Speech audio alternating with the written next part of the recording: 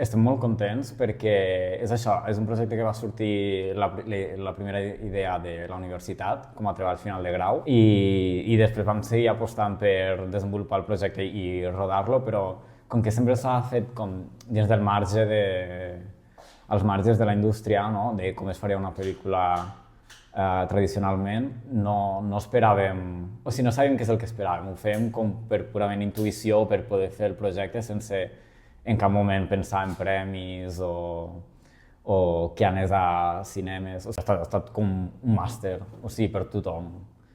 Vull dir, amb el que o sigui, nosaltres, a nivell individual, el que més ens emportem de la pel·lícula és el procés d'aprenentatge, perquè al final és una que ens hem fet molt entre nosaltres sols, amb l'acompanyament de Ringo Media, però hi ha moltes gestions al final del dia a dia i del procés del rodatge i de postproducció que ho hem fet nosaltres al dia a dia, ho hem estat treballant nosaltres i això no hi ha cap màster ni res que ens pogués haver donat el que ens ha donat fer una pel·lícula. Us prometo que és una pel·lícula lluminosa.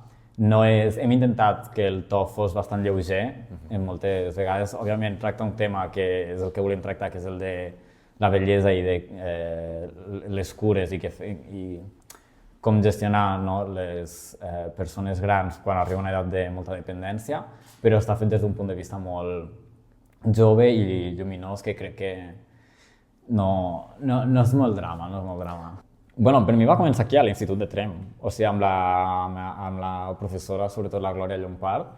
La veritat és que va ser com una peça clau per decidir què és el que faré jo amb la meva vida, perquè jo realment vaig començar el batxillerat social sense tampoc tindre cap idea, o sigui, mai havia tingut cap problema amb els estudis, però tampoc tenia clar què és el que em volia dedicar.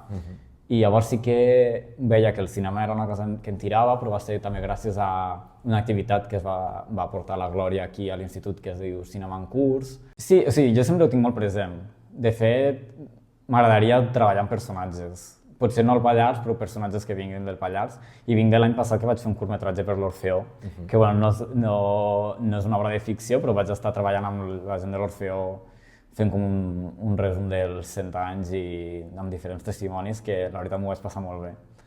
Jo diria primer a Santa Engràcia, que tinc la meva família i ja tinc molta relació tota la vida, i després al Lago.